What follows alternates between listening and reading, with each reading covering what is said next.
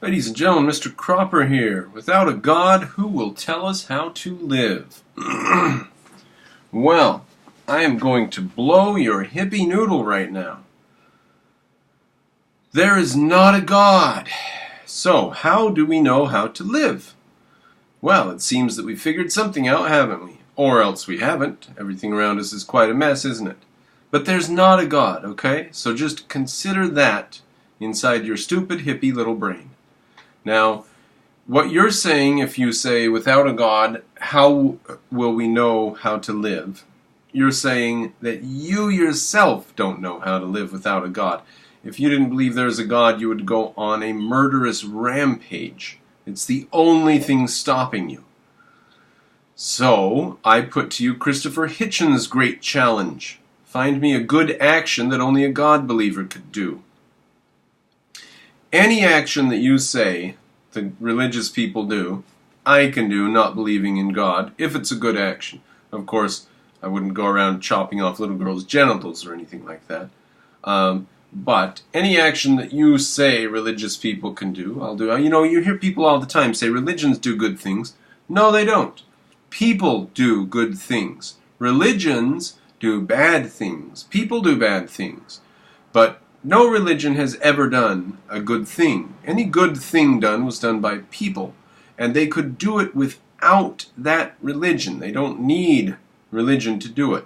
And anything you say, there's some Mormons going about helping old ladies mow their lawn.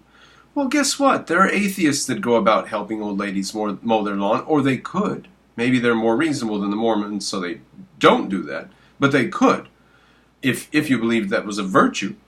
Right? It's not God that brings them to do that. It's human goodness. And so that is what we would do without God. Just what we're doing now. There's not a God. So relax. But this gentleman, TMM, has a video up. And this is probably a criticism of this other gentleman who used to be a skeptic and has now gone God. So we're joining the video here at 1 minute 19 seconds. The video is called Without a God, Who Will Tell Us How to Live? And he is saying that first you take, there's the red pill, blue pill thing, and first you take the pill and you're waking up and you're seeing culture new, and then you take the black pill, which is nihilism, where you say everything's been a lie and society's terrible and there's no purpose and there's no God and there's nothing, right? Things can seem bleak, but it's virtually impossible to stay black-pilled for long. It's simply too difficult to entertain nihilism or despair for extended periods of time. Alright, so being black-pilled, believing there's no God and what he equates with nihilism, is unstable. You can't stay there. Eventually, an appetite for hope, optimism, and meaning begins to develop.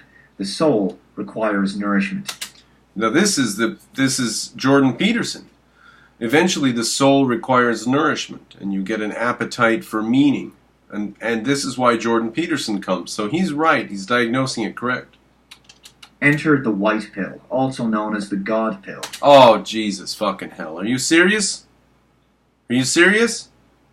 We're so empty and devoid of meaning we have to go back to the religion we just finished fighting? So without a God, who will tell us how to live? There's not a God. How are we deciding how to live right now? How would there being a God make it any better?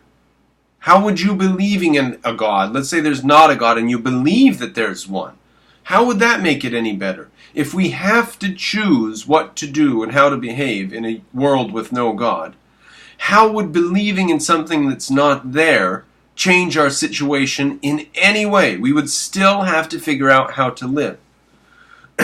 All he's saying is that all he could possibly be saying is that he's having a religious revelation, he's waking up, he's reconnecting, he's going past and beyond his reason, and he's rediscovering his emotional connection to God or the universe or religion or something like that. He's shutting his mind down.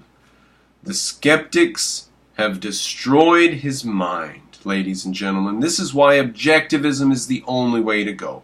If you are a rabid skeptic and you go around saying, I don't believe anything unless it's proven, and then you won't even believe proof because you can't prove proof, then you are going to end up being swallowed by religion because you're floating, there's nothing, you're hopeless, you'll be suicidal.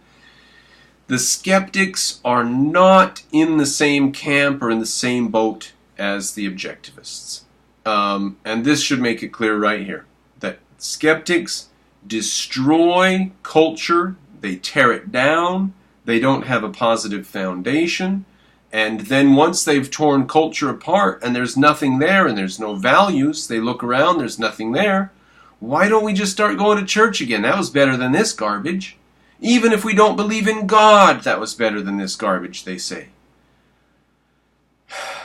So, objectivism, you don't want to be a stupid moron who goes back to church because you can't figure out what you're thinking, boys and girls. So read your Ayn Rand and be a cool objectivist like me.